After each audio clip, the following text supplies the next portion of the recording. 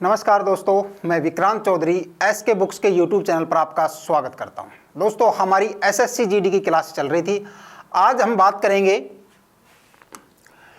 Ancient history से लिया गया टॉपिक है, जिसमें महाजनपद और मगध साम्राज्य के बारे में हम चर्चा करेंगे। पहले हम डिस्क्रिप्टिव मैटर देखेंगे, उसके बाद कुछ इंपॉर्टेंट क्वेश्चंस करेंगे जो आपके एग्जाम के पॉइंट ऑफ व्यू से इंपॉर्टेंट होने वाले हैं। इस एग्जाम को दोस्तों क्रैक करने के लिए, एसएससी जीडी एग्जाम को क्रैक करने के लिए एसके बुक्स द्वारा जो बुक लॉन्च की गई है उनके बारे में आपको डिटेल में थोड़ा बता देता हूं। ये सभी बुक्स आपको एसके बुक्स पब्लिकेशन की मिलने वाली है।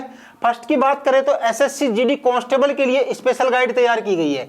इस गाइड में आपको सिलेबस के अनुसार, जो आपका सिलेबस है जिसमें जीके आता है, गणित, हिंदी और रीजनिंग, जो आपका सिलेबस है उस सिलेबस के अकॉर्डिंग ही इस गाइड को तैयार किया गया है। इस गाइड के अंदर आपको एसएससी जीडी 2011 से लेकर अब तक के प्रश्नों का चैप्टर वाइज, टॉपिक वाइज और टाइप वाइज बिल्कुल सिस्टमेटिक तरीके से मैटर उपलब्ध किया गया है। मैथ और रीजनिंग की बात करें दोस्तों, तो इसमें आपको शॉर्टकट ट्रिक्स मिलेगी, क्योंकि एग्जाम आपका ऑनलाइन होता है तो उसमें आपके समय की बहुत ही वैल्यू होती है। इसके लिए आपको इसमें मैथ और रीजनिंग के लिए शॉर्टकट ट्रिक्स उपलब्ध करवा रखी है। साथ ही एसएससी जीडी में पहले पूछे गए एमसीक्यू और अब टीसीएस एमसीक्यू के लगभग 4000 प्लस प्रश्नों का इसमें संकलन किया गया है। यानी कि 4000 से ज़्यादा प्रश्न आपको इसमें प्रैक्टिस करने के लिए देखने को मिलेंगे और सभी प्रश्नों की आपको कंप्लीट एक्सप्लेनेशन भी मिलेगी। यानी कि हर क्वेश्चन के नीचे आपको एक्सप्लेनेशन मिलेगी, जिससे आप अपनी बेस बिल्कुल क्लियर कर सकते हैं। इसको दोस्तों लेटेस्ट पैटर्न के अनुसार बनाया गया है। इसके कॉम्बिनेशन की बात करें हम तो इसमें आपको पेपर सेट मिलेंगे, जो कि आपको 35 पेपर्स मिलेंगे, जो गत वर्षों के पेपर्स का सेट होने वाला है। इसके अंदर आपको प्रत्येक पेपर का ऑनलाइन वीडियो सॉल्यूशन मिलेगा। हर पेपर के ऊपर आपको क्यूआर कोड मिलेगा। क्यूआर कोड आप अपने मोबाइल से स्कैन करें और कंप्लीट उस पेपर का एक्सप्लेनेशन देख सकते हैं। यानी कि 35 पेपर है, आप अपनी तैयारी को मजबूती प्रदान कर सकते हैं। साथ ही सामान्य ज्ञान की बात की जाए दोस्तों, तो ये एसएससी जीडी व एमटीएस के लिए बहुत ही यूजफुल होने वाली है। इसके अंदर आपको एसएससी जीडी व एमटीएस 2011 से लेकर अब तक के प्रश्नों का chapter wise, topic wise matter उपलब्ध करवा रखा है। साथ ही एसएससी जीडी की व एमटीएस की परीक्षाओं में जो जीके के प्रश्न आते हैं, सामान्य अध्ययन के प्रश्न आते हैं, उन्हीं के स्तर की अन्य परीक्षाओं के प्रश्नों का भी इसमें समावेश किया गया है। उन्हीं के लेवल की जो परीक्षाएं होती है उनके क्वेश्चनों का भी इसमें समावेश किया गया है। एसएससी की पुरानी एमसीक्यू व नई टीसीएस एमसीक्यू के प्रश्न भी इसमें आपको देखने को मिलेंगे। साथ ही संपूर्ण जो क्वेश्चन है उनकी आपको कंप्लीट एक्सप्लेनेशन भी आपको देखने को मिलेगी और इसको भी लेटेस्ट पैटर्न के अनुसार बनाया गया है। साथ ही बात करें दोस्तों सामान्य ज्ञान के लिए, सामान्य ज्ञान वृत्त के नाम से है, जो कि सभी प्रतियोगी परीक्षाओं के लिए उपयोगी है। चाहे आप एसएससी की तैयारी करो, रेलवे की करो, या स्टेट गवर्नमेंट की, पुलिस की करो, या किसी भी एग्जाम की तैयारी करते हो, तो उसमें सामान्य ज्ञान का पार्ट अवश्य पूछा जाता है। सामान्य ज्ञान को आप अपने मजबूती प्रदान करने के लिए सामान्य ज्ञान वृत्त के नाम से ये बुक आपके लिए बहुत ही शानदार होने वाली है। तो चलिए शुरुआत करते हैं हम अपने टॉपिक पर। सबसे पहले बात करेंगे महाजनपद की। तो सब बात करें दोस्तों, जैन ग्रंथ कौन सा? भगवती सूत्र। और बौद्ध ग्रंथ अंगुत्तर निकाय। जैन ग्रंथ कौन सा है? भगवती सूत्र है। और बौद्ध ग्रंथ कौन सा है? अंगुत्तर निकाय। में 6वीं शताब्दी ईसा पूर्व के 16 महाजनपदों का उल्लेख मिलता है। डायरेक्ट क्वेश्चन पूछा जा सकता है जैन ग्रंथ भगवती सूत्र और बौद्ध ग्रंथ अंगुत्तर निकाय से, कि किस ग्रंथ में 16 महाजनपदों का उल्लेख मिलता है। अंगुत्तर निकाय की बात करें, जो आपका बौद्ध ग्रंथ है अंगुत्तर निकाय, उसके अनुसार महाजनपदों में 2 प्रकार का शासन था। जो बौद्ध ग्रंथ है अंगुत्तर निकाय, उसके अनुसार जो महाजनपद थे उनमें 2 प्रकार का शासन था। ठीक है, कितने महाजनपद थे? 16 महाजनपद। अब बात करें कौन कौन से प्रकार थे वो, तो फर्स्ट की बात करें हम, तो फर्स्ट कौन सा था? राजतंत्र। यानी कि जो शासन व्यवस्था थी उसका जो अध्यक्ष था राजा, और राज्य का अध्यक्ष कौन होता था? राजा होता था। यानी कि राज्य का जो अध्यक्ष था वो राजा होता था। यानी कि इसकी जो शासन था वो राजतंत्र प्रकार का था। और इस प्रकार के जो राज्य थे वो कितने थे? 14। यानी कि 14 राज्य जो थे उसमें राजतंत्र प्रकार की व्यवस्था थी। सेकंड नंबर की बात करें हम, तो गणतंत्र। गणतंत्र ऐसे राज्य का शासन जो राजा ने कर गण या संघ के माध्यम से करवाता था, यानी कि राजा डायरेक्ट उस पर शासन नहीं करता था, वहां पर अपने गण या संघ के लोगों द्वारा शासन करवाता था। और ऐसे राज्यों को गैर राजशाही या गणतांत्रिक राज्य कहा जाता है। ठीक है, और इस प्रकार के जो राज्य थे वो कितने थे? 2। कौन कौन से? वज्जी और मल। वज्जी और मल, ये काफी बार क्वेश्चन पूछा गया एग्जाम में है। तो 16 महाजनपद जो थे आपके, उनमें से 14 जो महाजनपद थे उनमें जो शासन व्यवस्था थी वो राजतंत्र प्रकार की थी, और जो 2 थे कौन कौन से? वज्जी और मल, इनमें जो शासन व्यवस्था थी वो गणतंत्र प्रकार की व्यवस्था थी। क्लियर? स्क्रीनशॉट ले लीजिए। अब हम बात करेंगे जो 16 महाजनपद थे उनके बारे में। दोस्तों, आपके एग्जाम में मोस्टली जो क्वेश्चन बनता है एसएससी जीडी के लेवल का, वो महाजनपद और उसकी राजधानी से बनेगा, या ज्यादा से ज्यादा उसका आधुनिक क्षेत्र पूछ लिया जाता है, यानी कि किस महाजनपद की राजधानी कौन सी थी और उसका आधुनिक क्षेत्र कौन सा है। इस प्रकार से आपके मोस्टली एग्जाम में क्वेश्चन पूछा जाता है। तो 16 जो महाजनपद थे उनके बारे में जानते हैं। सबसे पहले बात करेंगे गांधार की। तो जो गांधार महाजनपद था उसकी राजधानी क्या थी? तक्षशिला। और तक्षशिला जो वर्तमान स्थिति की बात करें, इसका जो आधुनिक क्षेत्र पड़ता है वो कौन सा पड़ता है? रावलपिंडी, जो कि पाकिस्तान में। क्लियर? इस प्रकार से आपसे क्वेश्चन पूछे जाएंगे कि गांधार महाजनपद की राजधानी कौन सी थी? तो कौन सी थी? तक्षशिला। क्लियर? और आधुनिक क्षेत्र पूछ लिया जाए तो रावलपिंडी, पाकिस्तान। दूसरे की बात करें तो मगध, इसकी राजधानी गिरिवर्ज या राजगृह। काफी बार आपके एग्जाम में पूछा गया क्वेश्चन है, इंपॉर्टेंट है ये। मगध की राजधानी गिरिवर्ज या राजगृह। और इसकी वर्तमान स्थिति की बात की जाए तो पटना, गया जो बिहार में पड़ता है, वहां पर इसकी वर्तमान स्थिति को देखा जा सकता है। क्लियर? अंग, तीसरे नंबर पर आता है अंग। इसकी राजधानी क्या थी? चंपा। और इसका जो क्षेत्र पड़ता है वो भागलपुर, और मुंगेर का जो क्षेत्र पड़ता है वो ही उस समय का अंग था जिसकी राजधानी चंपा थी। वत्स महाजनपद की बात करें हम तो इसकी राजधानी कौशाम्बी। और वर्तमान स्थिति की बात करें, आधुनिक क्षेत्र की बात करें तो जो प्रयागराज है उत्तर प्रदेश में, वो पहले वत्स था, वत्स महाजनपद था, और जिसकी राजधानी क्या थी? कौशाम्बी। काशी महाजनपद, इसकी राजधानी वाराणसी, और वर्तमान स्थिति भी क्या है? वाराणसी। वज्जी महाजनपद की बात करें तो इसकी राजधानी वैशाली, और वर्तमान स्थिति मुजफ्फरपुर, उत्तर प्रदेश। कौशल महाजनपद की राजधानी की बात करें तो श्रावस्ती, और वर्तमान स्थिति की बात करें, आधुनिक क्षेत्र की बात करें तो जो अयोध्या है वो पहले श्रावस्ती थी, जो कि कौशल महाजनपद की राजधानी थी। ठीक है, आगे देखेंगे अवंती। अवंती की राजधानी क्या? उज्जैन या माहिष्मती। और आधुनिक क्षेत्र की हम बात करें तो मालवा, जो मध्य प्रदेश का क्षेत्र है, वो अभी इसका आधुनिक क्षेत्र पड़ता है। मल्ल महाजनपद की बात करें हम तो इसकी राजधानी कुशावती, और आधुनिक क्षेत्र देवरिया, उत्तर प्रदेश। पांचाल महाजनपद की राजधानी क्या थी? अहिछतर, और वर्तमान स्थिति की बात करें तो फर्रुखाबाद जो उत्तर प्रदेश में पड़ता है वो इसके अभी आधुनिक क्षेत्र में आता है। ठीक है, कुरु महाजनपद की बात करें तो इंद्रप्रस्थ इसकी राजधानी, और दिल्ली, मेरठ व हरियाणा के कुछ क्षेत्र का जो एरिया पड़ता है वो इसका आधुनिक क्षेत्र के अंतर्गत आता है। चेदी महाजनपद की राजधानी सोथिवती, और वर्तमान स्थिति बुंदेलखंड पड़ता है। कंबोज महाजनपद की राजधानी हाटक, और वर्तमान स्थिति की बात करें तो राजौरी, हजारा जो J&K में पड़ता है वो इसकी वर्तमान या आधुनिक क्षेत्र में आता है। ठीक है, आगे देखेंगे सूरसेन, राजधानी क्या? मथुरा, और आधुनिक क्षेत्र भी मथुरा ही है।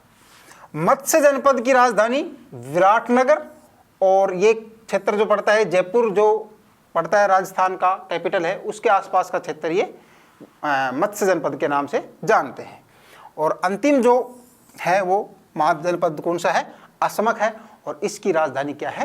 पोटली, और जो गोदावरी नदी का जो क्षेत्र पड़ता है वो अब आधुनिक क्षेत्र आता है। ठीक है, तो इस प्रकार से 16 महाजनपद थे, इनकी आपको महाजनपद का नाम और राजधानी बता दी गई है, और आधुनिक क्षेत्र के बारे में बात हमने कर ली है। दोस्तों इन्हीं से क्वेश्चन आपका मोस्टली एग्जाम में महाजनपद से बनता है। अब बात करें कौशाम्बी की, तो कौशाम्बी एकमात्र ऐसा स्थल है जो बौद्ध व जैन दोनों धर्मों का प्रसिद्ध स्थल है। वत्स जनपद की राजधानी थी कौशाम्बी, वो एकमात्र ऐसा स्थल है जो बौद्ध व जैन धर्म दोनों का ही प्रसिद्ध स्थल रहा है। बात करें महाजनपद के शासकों की, तो उन्होंने अपने क्षेत्र में किसानों से एक टैक्स वसूलते थे। जो टैक्स वसूला जाता था उसको क्या बोला जाता था? भाग या कर, ठीक है।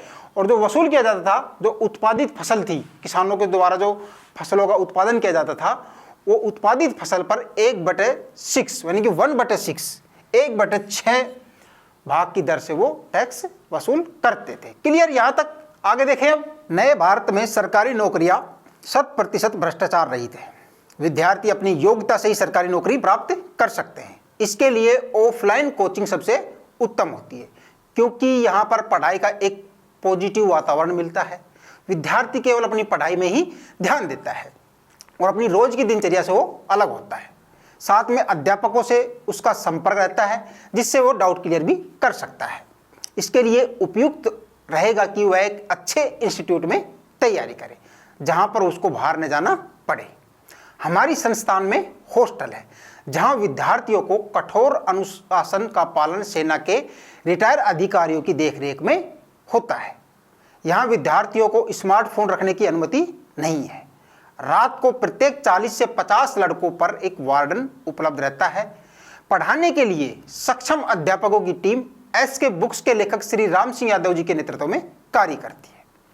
हर विषय जो SSC GD भर्ती परीक्षा के लिए महत्वपूर्ण है, उसको हम विस्तार से हमारे ऑफलाइन सेंटर में पढ़ाते हैं। हम ऑफलाइन सेंटर में उन सवालों पर अधिक महत्व देते हैं जो कि SSC GD भर्ती परीक्षा करवाने वाली संस्था पूछती है। हम बार बार टेस्ट के माध्यम से आपके कमजोर विषयों की जानकारी लेकर उनको एक्स्ट्रा पढ़ाते हैं।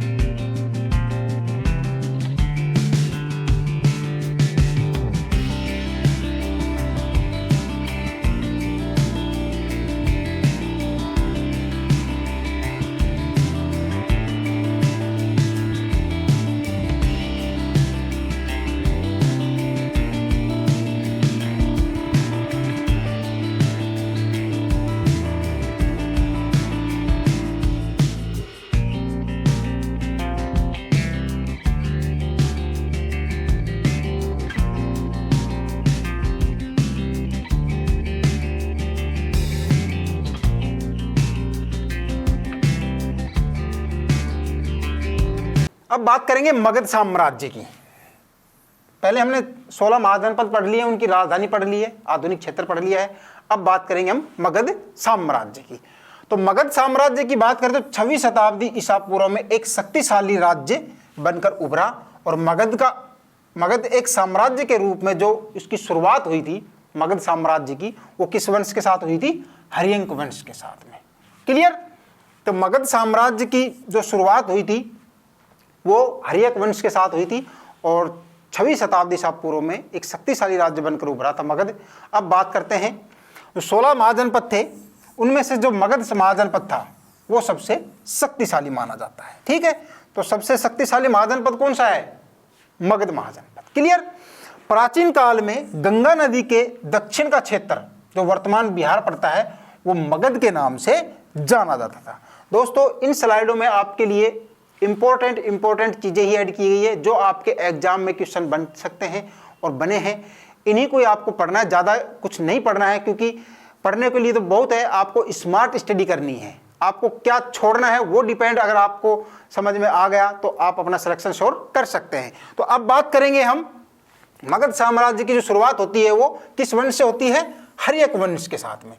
इसके शासनकाल की बात की जाए तो 544 ईसा पूर्व से 412 ईसा पूर्व तक मगध में जो साम्राज्य था हर्यंक वंश, उसका शासन रहा था। कब से कब तक? 544 ईसा पूर्व से 412 ईसा पूर्व के मध्य। अब बात करते हैं हर्यंक वंश का संस्थापक की। तो सबसे पहले बात करेंगे हम बिंबिसार की।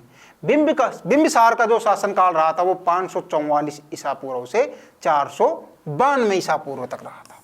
तो इससे आइडिया आप लगा सकते हैं 544 यानी कि इसके संस्थापक कौन थे? हर्यंक वंश के संस्थापक कौन थे? बिंबिसार। हर्यंक वंश के संस्थापक कौन थे? बिंबिसार, जिनके द्वारा 544 ईसा पूर्व में हर्यंक वंश की नींव डाली गई थी। इनके बिंबिसार की बात की जाए दोस्तों तो इनका उपनाम भी था, जो कि काफी बार एग्जाम में पूछा गया है, श्रेणिक या श्रोणीय। ये काफी बार पूछा गया क्वेश्चन है। श्रेणिक या श्रोणीय बिंबिसार का ही उपनाम था, जो कि हर्यंक वंश का संस्थापक या फाउंडर था। इसके समय मगध की राजधानी गिरिव्रज राजगृह थी। जो ये बिंबिसार थे, इनके समय जो मगध की राजधानी क्या थी? गिरिव्रज या राजगृह। ठीक है। यह महात्मा बुद्ध के समकालीन मगध का शासक था, यानी कि महात्मा बुद्ध जो थे उनके समकालीन ये शासक थे। और इनके जो दरबार में एक चिकित्सक था, वो इनका प्रसिद्ध चिकित्सक कौन था? जीवक। और वो इनका दरबारी चिकित्सक था। काफी बार ये क्वेश्चन भी एग्जाम में पूछा गया है। तो दरबारी चिकित्सक कौन था इनका? जीवक। और इनकी हत्या इनके पुत्र अजातशत्रु द्वारा कर दी गई थी। तो हर्यंक वंश का संस्थापक कौन था? बिंबिसार, जो कि 544 ईसा पूर्व में इसकी स्थापना की थी, इसकी नींव डाली थी। और हर्यंक वंश का जो संस्थापक था बिंबिसार, इसका जो शासनकाल था वो 544 ईसा पूर्व से 492 ईसा पूर्व के मध्य इसका शासनकाल रहा था। इनकी हत्या इनके पुत्र जो थे अजातशत्रु, उनके द्वारा कर दी गई थी। अब इनके बाद इनकी गद्दी पर कौन बैठेंगे? बिंबिसार के बाद में अजातशत्रु। तो अजातशत्रु को हम कह सकते हैं पितृहंता शासक, यानी कि पिता की हत्या करने के बाद में ये गद्दी पे बैठे थे, तो इसको पितृहंता शासक के नाम से जानते हैं। इनके शासनकाल की बात की जाए तो 492 ईसा पूर्व से 460 ईसा पूर्व तक इनका शासनकाल रहा था। किनका? अजातशत्रु का। अजातशत्रु बिंबिसार के बाद मगध की गद्दी पर बैठा। इनका उपनाम कुणिक था। इनके पिता का उपनाम क्या था? श्रोणिक या श्रोणीय। ठीक है। और अजातशत्रु का क्या नाम था? कुणिक था इनका उपनाम। ठीक है। और ये बौद्ध धर्म का अनुयायी थे। अजातशत्रु महात्मा बुद्ध व भगवान महावीर दोनों के समकालीन थे। महात्मा बुद्ध और भगवान महावीर जो थे उन दोनों के समकालीन थे। कौन थे? अजातशत्रु। इनके समय प्रथम बौद्ध संगति जो कब हुई थी? प्रथम बौद्ध संगति 483 ईसा पूर्व में। कहाँ हुई थी? राजगृह की सप्तपर्णी जो गुफा थी उसमें आयोजित की गई थी। तो डायरेक्ट क्वेश्चन बनता है कि प्रथम बौद्ध संगति का आयोजन कब किया गया था? तो 483 ईसा पूर्व में। कहाँ किया गया था? राजगृह की सप्तपर्णी गुफा के अंदर। इन किसके शासनकाल के दौरान किया गया था? तो अजातशत्रु के शासनकाल के दौरान। क्लियर। अब बात की जाए उदयन की। इनके बाद इनका पुत्र आया उदयन। तो वही बात है, अजातशत्रु ने अपने पिता बिंबिसार की हत्या करके गद्दी पर बैठे, तो अजातशत्रु की हत्या उनके पुत्र उदयन ने हत्या करके ये गद्दी पर बैठे, यानी कि टिट फॉर टैट। अजातशत्रु ने अपने पिता की हत्या कर गद्दी संभाली, उदयन ने अजातशत्रु की हत्या करके गद्दी संभाली थी। तो उदयन का जो समय रहा था वो 460 ईसा पूर्व से 444 ईसा पूर्व के मध्य रहा था। और इन्होंने अपने पिता अजातशत्रु की हत्या करके 460 ईसा पूर्व में मगध की गद्दी पर धारण की थी। और इन्होंने जो राजधानी थी क्या थी? राजगृह गिरिव्रज, उसको चेंज करके कौन सी कर दिया था? पाटलिपुत्र। तो ये क्वेश्चन भी आपके एग्जाम में काफी बार पूछा गया है कि राजधानी जो राजगृह थी उसको चेंज किसने किया था? तो उदयन ने किया था। कहां पर कर दिया था? राजगृह से चेंज करके पाटलिपुत्र में कर दिया था। अब बात करें नाग दशक की, तो 444 ईसा पूर्व से 412 ईसा पूर्व तक इनका शासनकाल रहा था। और ये हर्यंक वंश जो था इसका अंतिम शासक था। कौन? नाग दशक। और ये अयोग्य शासक होने के कारण इसके जो मंत्री थे, कौन थे मंत्री इनके? शिशुनाग। शिशुनाग ने इनकी हत्या करके और नागवंश की स्थापना कर दी थी। क्लियर। तो क्वेश्चन बन सकता है कि हर्यंक वंश का अंतिम शासक कौन था? तो नाग दशक था। ठीक है। अब बात करेंगे शिशु नागवंश, क्योंकि जो शिशु नागवंश के जो शासक थे शिशुनाग, उन्होंने हर्यंक वंश का जो अंतिम शासक था नागदशक, उनके मंत्री थे, कौन थे? शिशुनाग। इनके द्वारा इनके नागदशक जो था उनकी हत्या कर दी गई थी और किसकी नींव डाल दी थी? शिशुनाग वंश की। अब बात करेंगे हम शिशुनाग वंश के बारे में।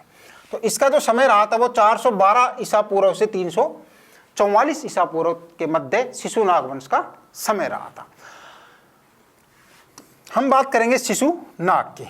412 ईसा पूर्व से 398 ईसा पूर्व के मध्य शिशुनाग जो थे उन्होंने शासन किया था। तो ये शिशुनाग वंश के संस्थापक भी थे। ठीक है, तो शिशुनाग वंश के संस्थापक कौन थे? शिशुनाग। क्लियर। इसकी सबसे बड़ी जो सफलता थी वो अवंती राज्य को जीतकर उसे मगध साम्राज्य में मिलाना था तथा राजधानी वैशाली को बनाया। एक तो इनकी दो ही चीजें थी, ज्यादा खास नहीं पूछा जाता है। एक तो इनकी जो बड़ी सफलता थी वो अवंती जो राज्य था उसको जीत करके इन्होंने मगध साम्राज्य में मिलाया, और जो राजधानी थी वो इनके द्वारा वैशाली कर दी गई थी। अब बात करेंगे कालाशोक और या फिर काकवर्ण। तो 394 ईसा पूर्व से 366 ईसा पूर्व के मध्य कालाशोक या काकवर्ण के द्वारा शासन किया गया था, और यह शिशुनाग का उत्तराधिकारी था। शिशुनाग का उत्तराधिकारी। ठीक है, शिशुनाग के बाद में शासन गद्दी पर कौन बैठे? कालाशोक। इसके समय 383 ईसा पूर्व वैशाली में सब्बा कमीर की अध्यक्षता में द्वितीय बौद्ध संगति का आयोजन किया गया था। तो प्रथम बौद्ध संगति का आयोजन 483 ईसा पूर्व अजात शत्रु के समय किया गया था। द्वितीय बौद्ध संगति की बात की जाए दोस्तों तो 383 ईसा पूर्व में वैशाली में सब्बा कमीर की अध्यक्षता में कालाशोक या काकवर्ण के शासनकाल में दूसरी बौद्ध संगति का आयोजन किया गया था। तो ये क्वेश्चन बनता है इंपॉर्टेंट कि दूसरी बौद्ध संगति का आयोजन किसके शासनकाल में किया गया था? तो कालाशोक या काकवर्ण। कब किया गया था? 383 ईसा पूर्व में। किसकी अध्यक्षता में? सब्बा कमीर की अध्यक्षता में। क्लियर। शिशुनाग वंश का अंतिम शासक की बात करें तो नंदीवर्धन या महानंदिन, यह शिशुनाग वंश का अंतिम शासक था। अब आगे बात करेंगे नंद वंश की। तो नंद वंश का जो शासनकाल रहा था वो 344 ईसा पूर्व से 322 ईसा पूर्व के मध्य नंद वंश ने शासन किया था। तो नंद वंश के संस्थापक कौन थे? महापद्म नंद नंद वंश के संस्थापक थे। इन्होंने प्रथम गैर क्षत्रिय राजवंश की स्थापना की। इन्होंने कलिंग जो वर्तमान उड़ीसा पड़ता है वह कौशल को मगध साम्राज्य में मिलाया, और इनके द्वारा इनको एक राट यानी कि साम्राज्य निर्माता के रूप में भी जाना जाता है। तो एक राट के रूप में किसे जाना जाता है? महापद्म नंद को। अब बात करेंगे धनानंद की। तो यह नंद वंश का अंतिम शासक था, और महापद्म नंद के 8 पुत्रों में से धनानंद सिकंदर का समकालीन था, और धनानंद के जैन अमात्य सक्तकाल और स्थूलभद्र थे। तो ये अंतिम शासक जो था नंद वंश का वो कौन था? धनानंद था। ठीक है, ये जो सिकंदर था उसके समकालीन थे, और जो धनानंद थे उनके जो अमात्य यानी कि जो मंत्री थे उनका नाम क्या था? सक्टाल और स्थूलभद्र। बात करें उपवर्ष और वररुचि और कात्यायन की, ये विद्वान थे, ये नंद काल में ही उत्पन्न हुए थे। और इसके बाद दोस्तों नंद वंश के जो पतन की बात करें तो चंद्रगुप्त मौर्य जो थे उन्होंने अपने गुरु जो चाणक्य था उनकी सहायता से जो धनानंद की हत्या कर दी थी 322 ईसा पूर्व में, और मौर्य साम्राज्य की स्थापना कर दी थी।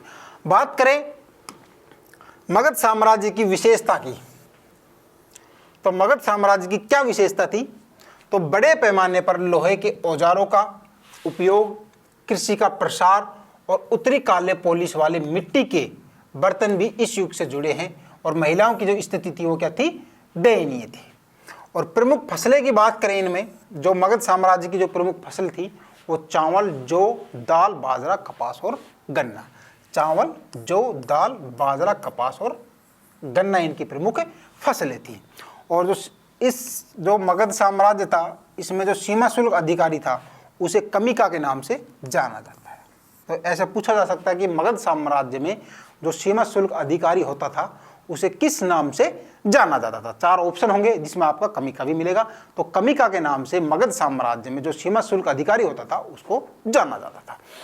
इसके पतन की बात करें मगध साम्राज्य की, तो चाणक्य सम्राट के हाथों अपने अपमान का बदला लेने के लिए जो चाणक्य जो थे कौटिल्य, उन्होंने जो राजा थे उनके हाथों अपने अपमान का बदला लेने के लिए इन्होंने अपने प्रमुख जो सहयोगियों, अनुयायियों और समर्थकों को दूर करके धनानंद को कमजोर करने के लिए साजिश षड्यंत्र रचना शुरू कर दिया था। ठीक है, अब बात करेंगे दोस्तों एग्जाम में आए हुए कुछ इंपॉर्टेंट क्वेश्चंस की, और उन्हीं के अकॉर्डिंग कुछ इंपॉर्टेंट क्वेश्चन और बन सकते हैं, उनके बारे में हम चर्चा करेंगे। अब कुछ इंपॉर्टेंट क्वेश्चन देखते हैं। उपवर्ष, वररुचि एवं कात्यायन जैसे विद्वान किस काल में उत्पन्न हुए थे? ऑप्शन है नंदवंश, शिशुनाग वंश, हर्यंक वंश और मौर्य वंश। तो उपवर्ष, वररुचि और कात्यायन जैसे विद्वान किसके समय उत्पन्न हुए थे? तो नंदवंश जो थे उनके समय में ये उत्पन्न हुए थे। और नंदवंश का संस्थापक कौन था? महापद्मानंद। और नंदवंश का अंतिम शासक कौन था? धनानंद। क्लियर। दूसरा सवाल देखेंगे, निम्नलिखित में से कौन 16 महाजनपदों में से एक नहीं है? पूछा गया है, काफी बार पूछा गया क्वेश्चन है दोस्तों ये। तो कौशल, अंग, कुरु या फिर कामरूप। तो 16 जो महाजनपद आपने अभी पढ़े हैं उनमें से कौशल भी है, अंग भी है और कुरु भी है। जो कामरूप है वो 16 महाजनपदों के अंतर्गत नहीं आता है। तो राइट आंसर क्या होगा आपका? कामरूप। क्लियर। आगे देखेंगे, प्राचीन भारत में महाजनपद के शासकों ने उत्पादित फसल के रिक्त स्थान की दर से फसलों पर कर वसूल किया। यानी कि प्राचीन काल में जो महाजनपद थे उनके जो शासक थे उनके द्वारा जो किसानों पर जो टैक्स लगाया जाता था वो कितने % लगाया जाता था, किस दर से लगाया जाता था? 1/5, 1/6, 1/7 या फिर 1/4? तो क्या राइट आंसर होगा बताइए? 1/6, यानी कि 1/6 भाग के नाम से ये कर लगाया जाता था। और जो टैक्स लिया जाता था उसको क्या नाम, किस नाम से जाना जाता था? भाग के नाम से। जो 1/6 जो उत्पादित फसलों पर जो टैक्स लगाया जाता था उसको भाग के नाम से जाना जाता था। क्लियर। आगे देखेंगे, 16 जाने माने महाजनपदों में सबसे महत्वपूर्ण महाजनपद कौन सा था? ए है मगध, बी है कौशल, सी है वत्स और डी है अंग। तो 16 महाजनपद जो थे उनमें सबसे जो शक्तिशाली जो महाजनपद था वो कौन सा था? मगध। और इसकी राजधानी क्या थी? राजगृह या गिरिवर्ज। क्लियर। नेक्स्ट देखते हैं, सूरसेन महाजनपद की राजधानी कहाँ थी? ये भी पूछा गया क्वेश्चन है। तो ए है मत्स्य, बी है गांधार, सी ऑप्शन है काशी और डी है मथुरा। तो सूरसेन महाजनपद की राजधानी क्या थी? मथुरा। मत्स्य जनपद की राजधानी की बात करें तो इनकी राजधानी विराटनगर। गांधार की राजधानी क्या थी? तक्षशिला। और काशी की राजधानी बताइए? वाराणसी।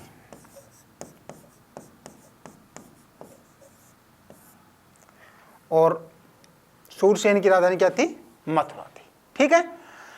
नेक्स्ट देखते हैं, नंदवंश का अंतिम शासक निम्न में से कौन था? ए है धनानंद, बी है पांडुका, सी है गोविष्णाका और डी है कैवर्ता। तो नंदवंश का जो अंतिम शासक था वो कौन था दोस्तों? धनानंद। 322 ईसा पूर्व चंद्रगुप्त मौर्य ने धनानंद को परास्त कर दिया था और मौर्य साम्राज्य की स्थापना डाल दी थी। तो नंदवंश का अंतिम शासक कौन है? धनानंद। क्लियर। आगे देखते हैं, 7वां नंबर का सवाल देखेंगे, द्वितीय बौद्ध संगति का आयोजन किसके शासनकाल में हुआ था? ए है शिशुनाग वंश, बी है नंदी वर्धन, सी है कालाशोक और डी है धनानंद। जो सेकंड बौद्ध संगति थी वो उसका किसके शासनकाल में हुई थी? कालाशोक। कालाशोक या काकवर्ण। कालाशोक या काकवर्ण। ठीक है। कब हुई थी? 383 ईसा पूर्व। 383 ईसा पूर्व सब्बा कमीर की अध्यक्षता में सेकंड बौद्ध संगति का आयोजन किया गया था। किसके शासनकाल में? कालाशोक या काकवर्ण। क्लियर। नेक्स्ट देखेंगे, निम्नलिखित में से कौन सा शासक हर्यंक वंश से संबंधित नहीं था? ए है बिंबिसार, बी है अजातशत्रु, सी है कालाशोक और डी है उदयन। तो आप देख सकते हैं बिंबिसार तो हर्यंक वंश के संस्थापक थे, अजातशत्रु भी थे, उदयन भी थे। जो कालाशोक है ये शिशुनाग वंश से संबंधित थे, शिशुनाग वंश। ठीक है, ये तीनों थे, बिंबिसार इसके संस्थापक थे। क्लियर। आगे देखेंगे, प्राचीन काल में रिक्त स्थान नदी के दक्षिण का क्षेत्र मगध के नाम से जाना जाता था। यानी कि कौन सी नदी जो है उसके जो दक्षिण का क्षेत्र था वो मगध साम्राज्य के नाम से जाना जाता था। ए है ताप्ती, बी है यमुना, सी है गंगा और डी है नर्मदा। तो कौन सी नदी आएगी? गंगा नदी। गंगा नदी के तो दक्षिण का क्षेत्र था वो मगध के नाम से जाना जाता था। नेक्स्ट देखते हैं, निम्न में से कौन सा स्थल जैन व बौद्ध धर्म का प्रसिद्ध स्थल रहा है?